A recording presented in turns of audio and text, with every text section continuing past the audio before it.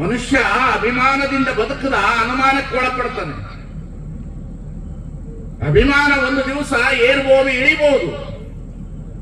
ಆದರೆ ಅನುಭವ ಇದೆಯಲ್ಲ, ಅದು ಈ ಸಮಾಜದೊಳಗಡೆ ಕೊನೆಯವರೆಗೆ ತೆಗೆದುಕೊಂಡು ಹೋಗ್ತದೆ. ಮನುಷ್ಯ ಕೊನೆಯವರೆಗೆ ತೆಗೆದುಕೊಂಡು ಹೋಗುವ ಶಕ್ತಿ ಯಾವುದಾದ್ರೆ ಅದು ಅನುಭವ. ಬುದ್ಧನ ಪಕ್ಕದಲ್ಲಿ ಜಿಂಕೆ ನೇಚು ಎಷ್ಟು ಸೂಕ್ಷ್ಮ ಅದು ಅಂದ್ರೆ ಅಷ್ಟು ಸೂಕ್ಷ್ಮ ಪ್ರಾಣಿ. ಒಂದು ಹುಲ್ಲು ಕಡ್ಡಿ ಅಲ್ಲಾಡಿದ್ರು ಓಡಿಬಿಡ್ತಿದ್ರು. ಅದು ಯಾವುದು ಸುಮ್ಮನೆ ಒಂದು ಮೂರ್ತಿ ನೋಡೋದಲ್ಲ, ಎಲ್ಲ ಒಂದು ಮೂರ್ತಿಯ ಸಂಕೇತ ಗಮನಿಸಬೇಕು. ಬಹಳ ಮುಖ್ಯವಾಗಿರ್ತಕ್ಕಂಥದ್ದು. ಅಂಬೇಡ್ಕರ್ ಅವರ ಕೋಟ್ ನೀಲಿ ಇದೆ. ಏನಕ್ಕೆ? ಈ ನೀಲಿ ಬಣ್ಣ ಅವ್ರ ಕೋಟ್ ಹಾಕ್ಯಾರಂತ ಆಗ್ತದ? ಯಾಕೆ? ಏನು ಸಂಕೇತ ಅದು? ಯಾವ ಕಾರಣಕ್ಕಾಗಿ ಅವರು ಒಂದು ನೀಲಿ ಕೋಟ ಹಾಕಿದ್ದಾರೆ ಅಂತ ಹೇಳಿ ಎಲ್ಲ ನೀಲಿ ಬಾವುಟ ಹಾಕೋದೇನು?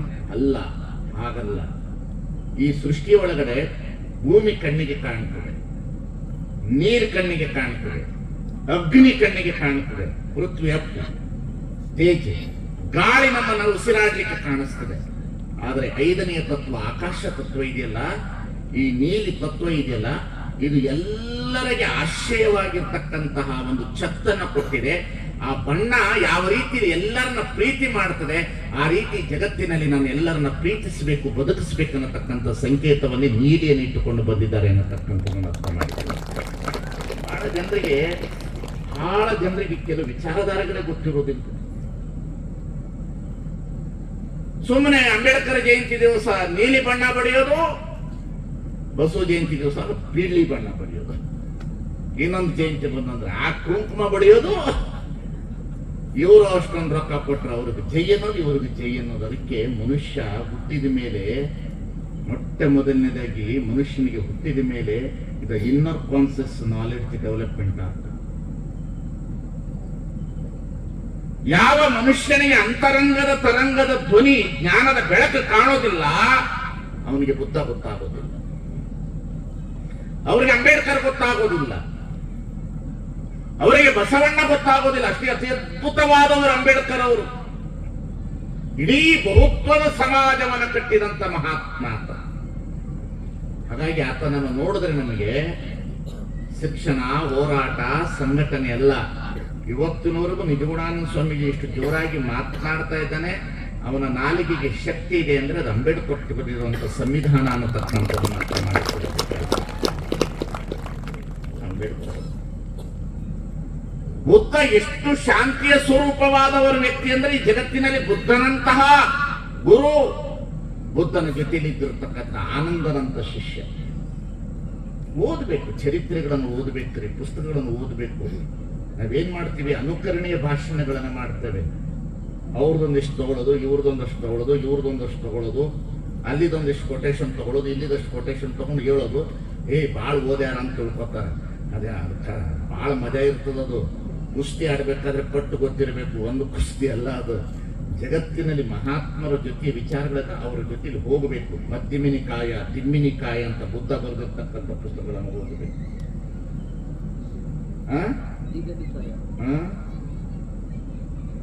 ಓದಬೇಕು. ಬುದ್ಧ ಏನು ಬರೆದಿದ್ದಾರೆ ಅಂತ ಓದಬೇಕು. ಬುದ್ಧ ಏನು ಹೇಳಿದ್ದಾರೆ ಅಂತ ಒಂದೇ 5 ಸೂತ್ರಗಳು, ಪಂಚಸೂತ್ರಗಳನ್ನ ಬುದ್ಧ ಹೇಳಿ ಹೋದ್ರೆ 7 ಸೂತ್ರಗಳನ್ನ ಬಸವಣ್ಣ ಹೇಳ್ತಾರೆ. ಕಳಬೇಡ, ಕೊಲಬೇಡ, ಹುಸಿಯ ನುಡಿಯಲು ಬೇಡ, ಮುನಿಯಬೇಡ, ಅನ್ಯರಿಗೆ ಅಸಹ್ಯ ಪಡಬೇಡ, ತನ್ನ ಬಣ್ಣಿಸಬೇಡ, ಇದಿರನ್ನು ಹಳೆಯಲು ಬೇಡ. ಇದೇ ಅಂತರಂಗ ಶುದ್ಧಿ, ಇದೇ ಬಹಿರಂಗ ಶುದ್ಧಿ, ಇದೇ ನಮ್ಮ ಕೂಡಲ ಸಂಗಮ ದೇವ ನೊಲಿಸುವ ಪರಿ. ಬಸವಣ್ಣನ ನೋಡ್ಬಿಟ್ರೆ ಅದು ಗೊತ್ತಾಗ್ಬಿಡುತ್ತೆ. ಬಸವಣ್ಣ ಅಂದ್ರೆ ಯಾರು ಅಂದ್ರೆ 7 ಸೂತ್ರ. ಬಸವಣ್ಣ ಅಂದ್ರೆ ಲಿಂಗಾಯತರಲ್ಲ.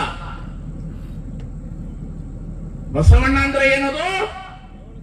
7 ಸೂತ್ರ. ಬುದ್ಧ ಅಂತ ಹೇಳಿದ್ರೆ 5 ಸೂತ್ರ. ಅಂಬೇಡ್ಕರ್ ಅಂತಂದ್ರೆ ಸಮಾಜ, ಸಂಘಟನೆ, ಹೋರಾಟ, ಶಿಕ್ಷಣ. ಇಷ್ಟೇ. ಬಹಳ ಹೇಳಿಲ್ರಿ, ಬಹಳ ತಿಳ್ಕೊಳ್ಬೇಕಾದ ಅವಶ್ಯಕತೆಗಳಿಲ್ರಿ. ಜಗತ್ತಿನಲ್ಲಿ ಬಹಳ ತಿಳಿದುಕೊಳ್ಳುವ ಅವಶ್ಯಕತೆಗಳಿಲ್ಲ ಮನುಷ್ಯನಿಗೆ. ಬಹಳ ತಿಳಿದುಕೊಳ್ಳುವ ಅವಶ್ಯಕತೆ ಇಲ್ರಿ. ಬಹಳ ಜನ ಏನೇನು ತಿಳ್ಕೊಳ್ಬೇಕು ಅಂತ ಹೋಗ್ತಾರ್ರಿ. ಇಷ್ಟು ದೊಡ್ಡ ದೇಹಕ್ಕೆ ಜ್ವರ ಬಂದಿರ್ತದ್ರಿ, ಡಾಕ್ಟರ್ ಹತ್ರ ಹೋದಾಗ ನಮ್ಮ ದೇಹ ನೋಡಿದ್ರೆ 6 ಅಡಿ, ಮಿನಿಮಮ್ ಇಲ್ಲ ಅಂತ ಹೇಳಿದ್ರೆ 75 kg ನಮ್ಮದು. ನಮ್ಮ ದೇಹಕ್ಕೆ ಜ್ವರ ಬಂದೈತೆ ಅಂತಂದ್ರೆ ಎಷ್ಟು ಮಾತ್ರೆ? ಡೋಲೋಫರ್ 650 ಇಷ್ಟು ಮಾತ್ರ. ಇಷ್ಟು ಸಣ್ಣ ಮಾತ್ರೆ ಇಷ್ಟು ಜ್ವರ ತೆಗೀತಿದೆ ಅಂದ ಮೇಲೆ ಮಹಾತ್ಮರ ಒಂದು ಸಣ್ಣ ಮಾತು ನಮ್ಮ ಬದುಕನ್ನು ಬದಲಾಯಿಸಲಿಲ್ಲ ಅಂತಂದ್ರೆ ನಾವು ಇದ್ರೇನು ಹೋದ್ರೇನು ಈ ಜಗತ್ತಿನಲ್ಲಿ? ನೀನು ಬಹಳ ಓದಬೇಕು. ಬುದ್ಧನ ಶಾಂತಿ, ಅಂಬೇಡ್ಕರ್ ಅವರ ಬದುಕು, ಬಸವಣ್ಣನವರ ತತ್ವ ಸಿದ್ಧಾಂತಗಳು, ಇಷ್ಟು ಸಾಕಲ್ಲ? ಇಷ್ಟು ಸಾಕಲ್ಲ? ಎಷ್ಟು ಕೇಳಬೇಕು? ಎಷ್ಟು ಕೇಳಬೇಕ್ರಿ? ಬಸವಣ್ಣನ ಒಂದು ಸಾಲು ಸಾಕು. ಧರ್ಮ ಅಂದ್ರೆ ಏನಂತ ಬಸವಣ್ಣನ ಹತ್ರ ಯಾರೋ ಬಂದು ಕೇಳದಂತೆ. ಧರ್ಮ ಅಂದ್ರೆ ಏನಂತ ಬಸವಣ್ಣನ ಹತ್ರ ಕೇಳಿದ್ರೆ ಬಸವಣ್ಣನವರು ಇಲ್ಲದಲ್ಲದೆ ಹೇಳಿದ್ರೇನು? ಕೈಲಾಸ, ವೈಕುಂಠ, ಮುಕ್ತಿ ಹೇಳಿದ್ರೇನು? ಪೂಜೆ, ಪುನಸ್ಕಾರ, ಹೋಮ, ಹವನ, ಅಭಿಷೇಕ ಇದನ್ನ ಹೇಳಿದ್ರೆ ಅವರು ಬಸವಣ್ಣ ಧರ್ಮ ಅಂದ್ರೆ. ಸುಮ್ಮನೆ ಬಸವಣ್ಣನ ಹತ್ರ ಯಾರು ಬಂದು ಕೇಳಿದ್ರು ಧರ್ಮ ಅಂದ್ರೆ ಏನು? ಏನ್ ಇಟ್ಟು ಬಂದದೆಲ್ಲ ಪತ್ರ ಎಲ್ಲ ಕಿತ್ಕೊಂಡು ಬಂದು ಎಲ್ಲ ಪೂಜೆ ಮಾಡಿದ್ರೆ ಧರ್ಮ ಏನು? ಬಸವಣ್ಣನ ಹತ್ರ ಕೇಳಿದ್ರು ಧರ್ಮ ಅಂದ್ರೆ ಏನು? ಒಂದೇ ಸಾಲು, ದಯವಿಲ್ಲದ ಧರ್ಮ ಕ್ಲೋಸ್. ಏನೇನ್ ಬೇಕು ಇದಕ್ಕೆ? ಏನ್ ಬೇಕು ಇದಕ್ಕೆ? ದೇಶ ಸುತ್ತಬೇಕಾ? ಪಾದಯಾತ್ರೆ ಮಾಡಬೇಕಾ? ನಮ್ಮಂತ ಸ್ವಾಮಿಗಳ ಹತ್ರ ಬಂದು ಅರ್ಚನೆ ಮಾಡಿಸ್ಬೇಕಾ? ದಯವಿಲ್ಲದ ಧರ್ಮದ ಆಗುದು. ದಯ ಅಂದ್ರೆ ಏನು? ನಿನ್ನ ಹಡದ ತಂದೆ ತಾಯಿನ ಕೊನೆಯವರೆಗೆ ದಯದಿಂದ, ನಿನ್ನ ಕರುಣೆಯಿಂದ ಅವರು ನಿನಗೆ ಉಣಿಸ್ಯಾರ, ತಿನ್ಸ್ಯಾರ, ಬೆಳೆಸ್ಯಾರ. ಮೊದಲು ತಂದೆ ತಾಯಿಯ ಸೇವೆ ಮಾಡುವ ದಯ ನಿನಗೆ ಬಂತು ಅಂದ್ರೆ ಸಮಾಜದಲ್ಲಿ ಒಳ್ಳೆ ವ್ಯಕ್ತಿ ಆಗ್ತದೆ. ಇದೇ ಮುಗಿದೋಯ್ತು ಧರ್ಮ. ಯಾವ ಧರ್ಮ ಬೇಕ್ರಿ? ಧರ್ಮ ಅಂದ್ರೆ ಏನು? 100 ಗುಡಿ ಸುತ್ತದೆ. ಧರ್ಮ ಅಂದ್ರೆ ಏನು? ಪಾದಯಾತ್ರೆ ಮಾಡೋದೇನು? ಕಾಣುವ ಮನುಷ್ಯರನ್ನೇ ಪ್ರೀತಿ ಮಾಡಲಾರದವರು ನಾವು ಕಾಣದೇ ಇರುವ ದೇವರನ್ನ ಏನು ಪ್ರೀತಿ ಮಾಡೋದು ಹೇಳಿ? ಕಾಣುವ ಮನುಷ್ಯರನ್ನೇ ಪ್ರೀತಿ ಮಾಡಲಿಲ್ಲ, ಎದುರಿಗಿರುವ ತಂದೆ ತಾಯಿನೇ ಪ್ರೀತಿ ಮಾಡಲಿಲ್ಲ, ಎದುರಿಗಿರುವ ತಂದೆ ತಾಯಿಯ ಸೇವೆಯೇ ಮಾಡಲಿಲ್ಲ, ನಾವು ಎದುರಿಗಿರುವ ತಂದೆ ತಾಯಿಗೆ ಗೌರವ ಕೊಡ್ಲಿಲ್ಲ. ಯಾವ ದೇವಸ್ಥಾನ ಕಟ್ಟಿದ್ರೇನು? ಏನು ದಾನ ಮಾಡಿದ್ರೇನು? ಧರ್ಮ ಮಾಡಿದ್ರೇನು? ಏನು ಮಾಡೋದು? ಧರ್ಮಕ್ಕೆ ವ್ಯಾಖ್ಯಾನ ಏನು? ಏನ್ರಿ? ಇಲ್ಲಿ ಕುಳಿತವರು ಇವತ್ತೇ ಯೋಚನೆ ಮಾಡ್ರಿ. ಹಣದ ತಂದೆ ತಾಯಿ ದೊಡ್ಡವರು ಯಾರು? ಯಾಕೆ ಈ ದೇಶದೊಳಗೆ 18,000 ವೃದ್ಧಾಶ್ರಮಗಳಾದವು? ಯಾಕ್ರಿ ಆದವು? ಏನ್ ಸುಮ್ಮನೆ ಬುದ್ಧ, ಬಸವ, ಅಂಬೇಡ್ಕರ್ ಅಲ್ರಿ?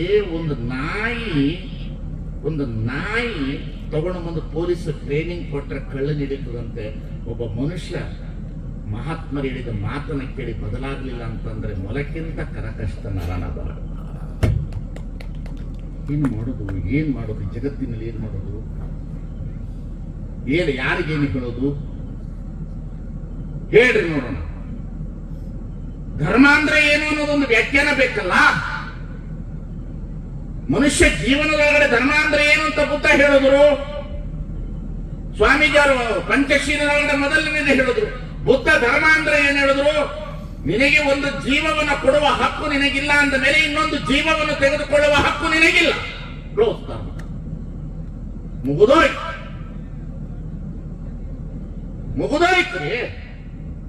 ಒಂದು ಜೀವವನ್ನು ಕೊಡುವ ಹಕ್ಕು ನಿನಗಿಲ್ಲ ಅಂದ ಮೇಲೆ ಒಂದು ಜೀವವನ್ನು ತೆಗೆದುಕೊಳ್ಳುವ ಹಕ್ಕು ನಿನಗಿಲ್ಲ. ಇಷ್ಟೇ ಧರ್ಮ.